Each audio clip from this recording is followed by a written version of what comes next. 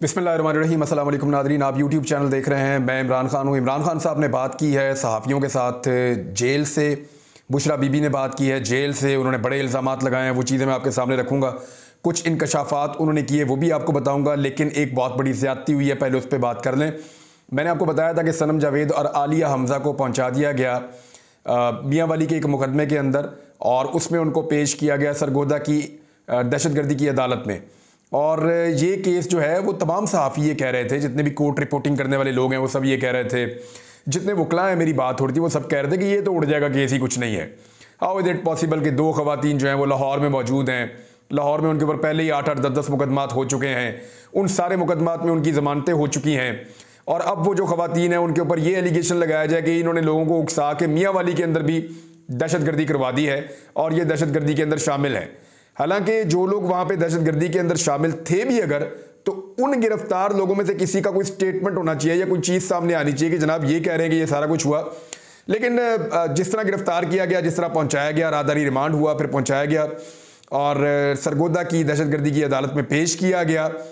इस हवाले से शाकिर महमूद साहब का ये क्लेम है कि ये जज साहब जो हैं इनकी अदालत में पहले भी ये केस जा चुका है और जज साहब मुबैना तौर पर तस्दीक कर चुके हैं, एक खातून वकील की भी और मुलजिमा की भी, और फिर इनके खिलाफ एक शिकायत भी दर्ज हुई थी जिसके बाद इनको ट्रांसफ़र किया गया था। उन्हीं जज साहब की अदालत के अंदर ये मुकदमा लगा हुआ था दहशतगर्दी की अदालत में। शाकिर महमूद साहब ने ये बात बताई। अब जब वहाँ केस था तो होना तो ये चाहिए था कि केस डिस्चार्ज हो जाता कि भाई ख़वातीन लाहौर में मौजूद हैं, वाक़या जो है वो हो रहा है मियाँ वाली में, और उसके अंदर आप ख़वातीन को लाहौर से उठाकर ला रहे हैं और दहशतगर्दी जैसा संगीन मुकदमा उन पर डाल रहे हैं। How is it possible? तो हुआ ये कि 14 दिन का रिमांड दे दिया है वहां पे मुअज़्ज़िज़ जज साहब ने। अब ये इंतहाई ज़्यादती है। पुलिस ने मांगा क्या है 14 दिन के रिमांड के लिए? उन्होंने कहा मोबाइल फ़ोन दे दें इनका हमें, हम चाहते हैं मोबाइल फ़ोन को कंगाल के तरह उसका रिकॉर्ड हम चेक कर लें। तो वो जो मोबाइल फ़ोन है वो 10 माह से ज़्यादा हो गए हैं पुलिस के पास ही है। पुलिस ने कहा जी उसका हमने फॉरेंसिक करना है, पुलिस उसका ऑलरेडी फॉरेंसिक कर चुकी है। तो इसके बाद फिर किस चीज़ की ज़रूरत थी और किस वजह से ये रिमांड दिया गया, ये चीज़ें समझ से बाहर हैं। इसके ऊपर यानी इसको यही कहा जा सकता है कि ये तो नाइंसाफ़ी है, और इससे बड़ी नाइंसाफ़ी हो नहीं सकती। मेरी बात हुई है सनम जावेद के शौहर अतीक साहब से, और दीगर 1-2 लोगों से बात हुई, वकला से भी बात हुई, कुछ कोर्ट रिपोर्टर थे उनसे बात हुई। तो उन्होंने कहा कि ये तो मामला टिकना नहीं चाहिए और इसको फौरी तौर पर आला अदलिया के अंदर जाना चाहिए। मैंने मियाँ अली इशफाक से बात की, उन्होंने पहले भी इन ख़वातीन की कुछ बेल्स करवाई हैं, इनके कागजात नामजदगी मंजूर नहीं हो रहे थे, उस सूरत में भी वो अदालतों में पेश हुए, जाकर उन्होंने करवाया। अब उन्होंने ये कमिटमेंट दी है कि वो कल के दिन के अंदर जैसे ही ये रिकॉर्ड निकलता है अदालत से, इसका तफसीली फैसला आ जाता है, अदालत का रिकॉर्ड उनको मिलता है, तो फिर ये उसको लेकर जाएंगे हाई कोर्ट में, और हाई कोर्ट में इस पर अपील करेंगे। और उन्हें बड़ी उम्मीद है, वो ये कह रहे हैं कि इस केस में कुछ भी ऐसा नहीं है कि इन ख़वातीन को मज़ीद जेल में इस केस में रखा जाए। लिहाजा हाई कोर्ट में जब इसको चैलेंज किया जाएगा तो ये उड़ जाएगा केस फौरी तौर पे और ये ख़वातीन रिहा हो जाएंगी। ये अली इशफाक ने कहा। मैंने सिचुएशन आपके सामने रख दी, देखें पाकिस्तान में क्या हो रहा है। अब पाकिस्तान तहरीक इंसाफ के चेयरमैन इमरान खान साहब ने क्या कहा, पहले आपको वो बता देता हूं। बुशरा बीबी को बनी गाला में जहर दिया गया। ये खबर मैं आपको एक्सप्रेस न्यूज़ से पढ़ के सुना रहा हूं। वो इसलिए कि इस खबर में कुछ हसास चीज़ें हैं, तो मैं बता रहा हूं कि जो मीडिया ने लिखा है उसी को मैं रिपोर्ट कर रहा हूं, क्योंकि मुझे नहीं शौक कि मैं बार बार गायब हो जाऊं। एक्सप्रेस न्यूज़ के मुताबिक अडियाला जेल में 190 मिलियन पाउंड रेफरेंस पर समाअत हुई। बानी पाकिस्तान तहरीक इंसाफ इमरान खान ने एहतसाब अदालत के जज नासिर जावेद राणा से कहा कि बुशरा बीबी को बनी गाला में जहर देने की कोशिश की गई है। इनकी जिल्द और जुबान पर निशानात हैं, इनका मुकम्मल मेडिकल चेकअप करने का हुक्म दिया जाए, मुझे पता है इसके पीछे कौन है। इमरान खान ने कहा कि अगर बुशरा बीबी को कुछ होता है तो इसके जिम्मेदार जनरल आसिम मुनीर होंगे। ISI के लोग बनी गाला में अडियाला जेल तक सब चीज़ें कंट्रोल कर रहे हैं। बुशरा बीबी का तिब्बी मुआयना शौकत खानम के डॉक्टर आसिम से करवाने का हुक्म दिया जाए। बुशरा बीबी का मुआयना एक जूनियर डॉक्टर से करवाया गया, जिस पर हमें एतबार नहीं। बुशरा बीबी को जहर दिए जाने के मामले पर इंक्वायरी भी करवाई जाए। अदालत ने बानी पाकिस्तान तहरीक इंसाफ को बुशरा बीबी के तिब्बी मुआयने से मुताल्लिक तफसीली दरख्वास्त देने की हदायत जारी कर दी।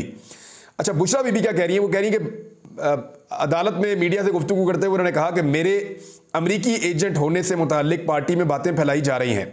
शब मेराज के रोज़ मेरे खाने में हार्पिक के 3 कतरे मिलाए गए। अब ये उन्हें कैसे पता चला, इसके बारे में वो बता रही हैं। तहकीक से पता चला कि हार्पिक से 1 माह बाद तबीयत ज़्यादा ख़राब हो जाती है, मुझे आंखों में सूजन हो जाती है, सीने और मैदे में तकलीफ़ होती है, खाना और पानी भी कड़वा लगता है।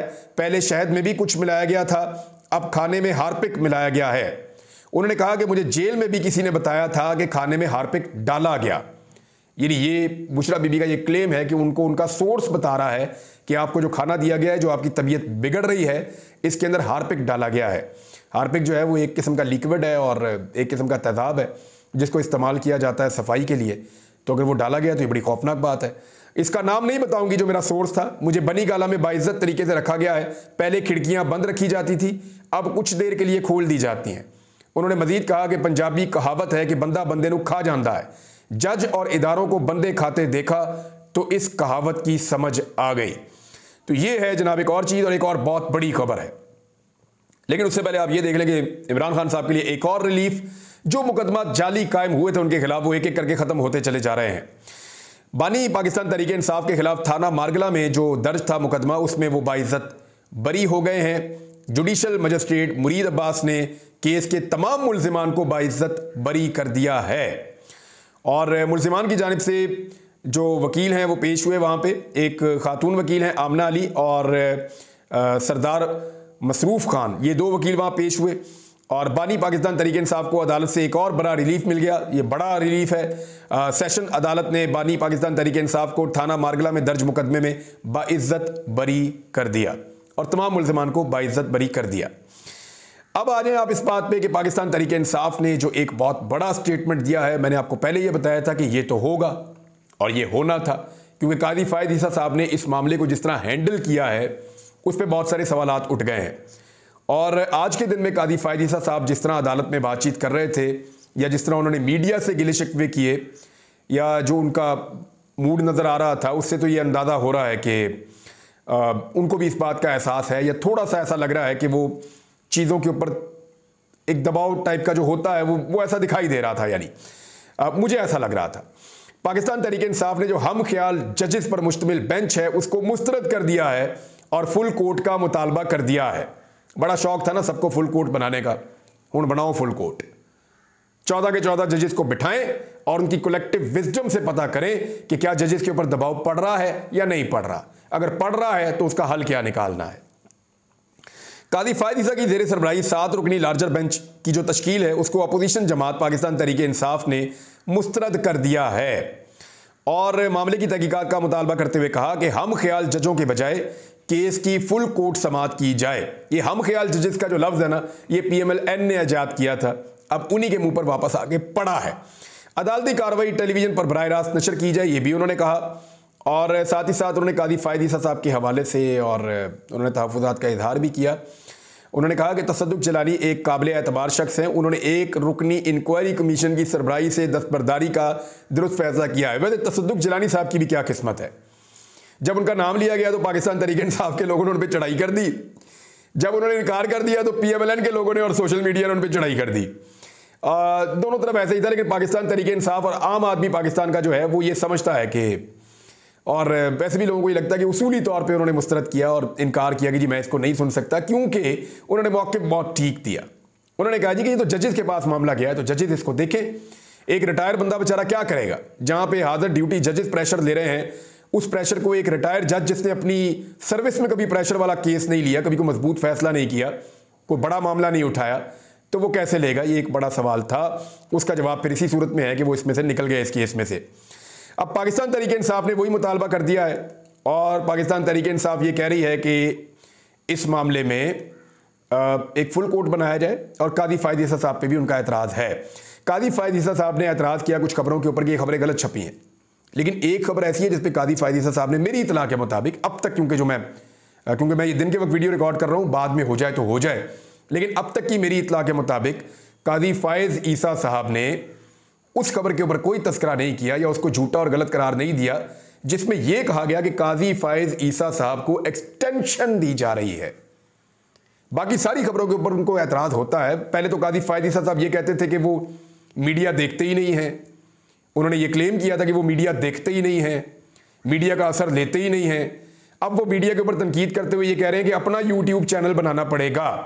तो क्या ये यूट्यूब कोर्ट बन जाएगी? अब पहले यूट्यूबर होने के ताने दिए जाते थे लोगों को, अब सुप्रीम कोर्ट ऑफ पाकिस्तान अपना यूट्यूब चैनल बनाएगी। और अपना यूट्यूबर का एक वो पूरा सिस्टम बनाएगी।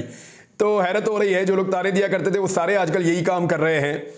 अब आ जाए आप इस बात के ऊपर कि एक्सटेंशन वाले मामले पे कादी फायद ईसा साहब ने वो खबर को गलत करार नहीं दिया अब तक, और उसके ऊपर नहीं कहा कि झूठी खबर चलाई गई है, उस पर खामोशी है। मेरा ये सवाल है कि अगर वो भी एक झूठी खबर है तो कादी फायद ईसा साहब को उसके ऊपर बात करनी चाहिए। लाहौर बार ने सुप्रीम कोर्ट में आईनी दरखास्त दायर कर दी है, यह भी एक बड़ी खबर है। 6 जजेस के खत के हवाले से यह डेवलपमेंट है और एक आईनी दरखास्त दायर की है। और एक्सप्रेस न्यूज़ के मुताबिक पाकिस्तान तहरीक इंसाफ के रहनुमा हामिद खान के जरिए दायर की गई है ये दरखास्त, जिसे आइन के आर्टिकल 184(3) के तहत दायर किया गया है। और अदालती उमूर में मुदाखलत करने वालों को करार वाकई सजा दी जाए, ये आईनी दरखास्त है। इसके जरिए से हामिद खान साहब इन हो जाएंगे। हामिद खान साहब के ऊपर बहुत ज़्यादा शुकूक व शुबहात लोग कर रहे हैं कि वो कादी फायद ईसा साहब के दोस्त हैं और वो चाहते हैं कि ये मामला किसी और तरफ जाए। पाकिस्तान तहरीक इंसाफ के लोग कर रहे हैं, आम आदमी पाकिस्तान का जो है वो भी इसके ऊपर सवाल उठा रहा है। लेकिन हामिद खान साहब एक बड़े ज़ीरक और पुराने वकील हैं, वो चीज़ों की बारीकी को समझते हैं। उम्मीद है कि वो लोगों को मायूस नहीं करेंगे। उन्होंने ही कहा था कि तसद्दुक़ जिलानी साहब अपने आप को इस मसले से अलग रखें और अपनी इज्जत बचाएं, तो उसके बाद फिर उन्होंने अपने आप को अलग किया था। वैसे तो ये दबाव पूरे पाकिस्तान से आ रहा था, उनके अपने घर से भी ये दबाव आ रहा था। नाज़रीन, एक जो बहुत बड़ी खबर अभी अभी आई है मैं आपके साथ शेयर कर देता हूं। ये ब्रेकिंग न्यूज़ है क्योंकि इस वक्त जब मैं वीडियो रिकॉर्ड कर रहा हूं तो दिन का वक्त है, और अभी ये खबर आई है। साकिब बशीर साहब ने, कुछ और रिपोर्टर्स ने इसको रिपोर्ट किया है। साकिब बशीर साहब फरमाते हैं कि हाई कोर्ट जजेस के खत के बाद एक नई सूरत सामने आ गई है। इस्लामाबाद हाई कोर्ट के जजेस को मशकूक खत मौसूल। अदालती ज़राए के मुताबिक एक जज के स्टाफ ने खत खोला तो उसके अंदर पाउडर मौजूद था। इस्लामाबाद की एक्सपर्ट्स की टीम इस्लामाबाद हाई कोर्ट पहुंच गई। खत के अंदर डराने धमकाने वाला निशान भी मौजूद। किसी खातून को बगैर अपना एड्रेस लिखे खत हाई कोर्ट जजेस को अरसाल किए। पाउडर क्या है, अभी एक्सपर्ट्स की टीम तहकीकात में मशगूल है। एक तो ये इसके ऊपर, और एक और, इस्लामाबाद हाई कोर्ट के चीफ जस्टिस आमिर फारूक समेत 8 हाई कोर्ट जजेस को पाउडर वाले मशकूक खतूत मौसूल। इस्लामाबाद पुलिस की एक्सपर्ट्स की टीम इस्लामाबाद हाई कोर्ट पहुंच गई।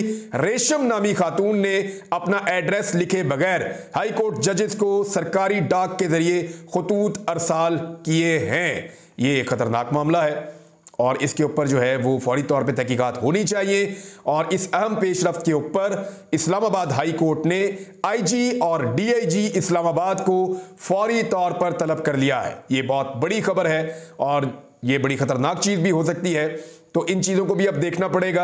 और ये क्या डराने धमकाने का हिस्सा है या नहीं है, क्योंकि पहले ही बहुत डराया धमकाया गया है जजेस को। जजेस इसकी शिकायत कर चुके हैं और अब मशकूक पाउडर वाले खतूत जो हैं वो जजेस को भेजे गए हैं। इस्लामाबाद हाई कोर्ट के 8 जजेस को ये खतूत मौसूल हुए हैं।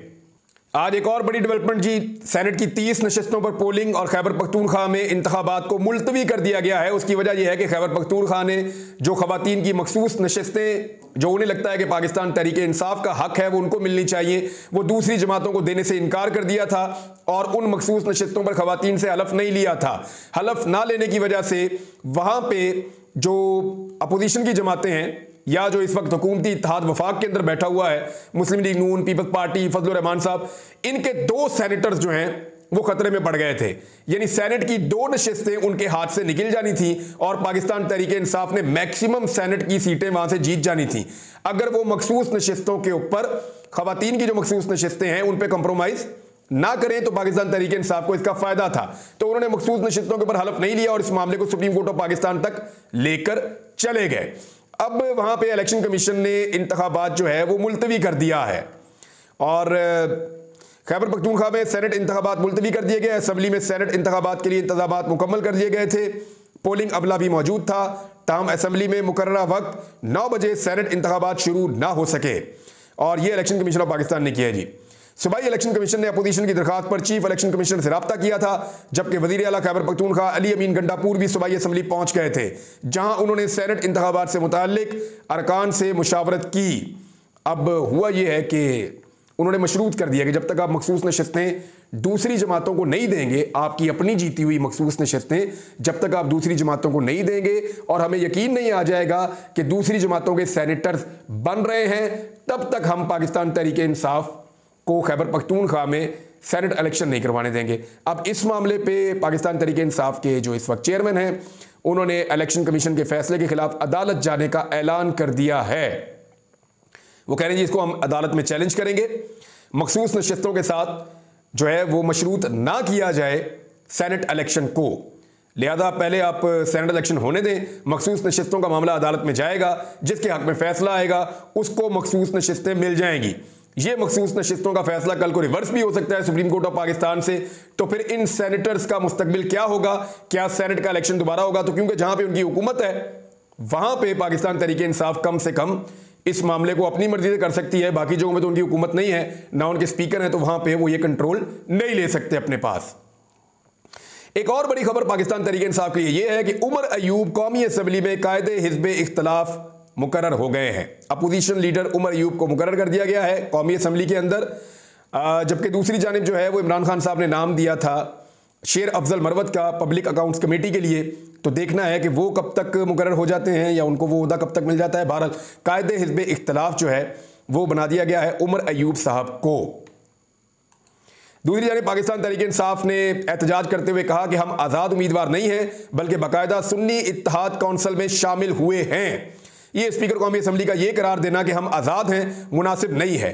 हम इस मसले को टेकअप करेंगे। हमने सुन्नी इत्तेहाद कौंसिल को ज्वाइन किया है और आइन के आर्टिकल 51 के मुताबिक किसी भी जमात को उसकी जीती हुई सीटों से ज़्यादा सीटें नहीं देंगे। केपी अपोजिशन की 17 सीटें हैं और वो मजीद 30 सीटें मांग रहे हैं। यानी अब वहाँ पे जो मखसूस नशिस्तें सारी की सारी खैबर पख्तूनख्वा के अंदर अपोजिशन लेकर जाना चाहती है, तो पाकिस्तान तहरीक इंसाफ चाहती है कि ऐसा ना हो। और वो कह रहे हैं हम सुन्नी इत्तेहाद कौंसिल के मेंबर हैं, हम आज़ाद उम्मीदवार नहीं हैं। मुतीउल्लाह जान का केस है, लेकिन अगले वीलॉग में, अब क्योंकि टाइम ज़्यादा हो गया, अब तक के लिए इतना ही। अपना ख्याल रखिएगा, अपने चैनल का भी। अल्लाह हाफ़िज़।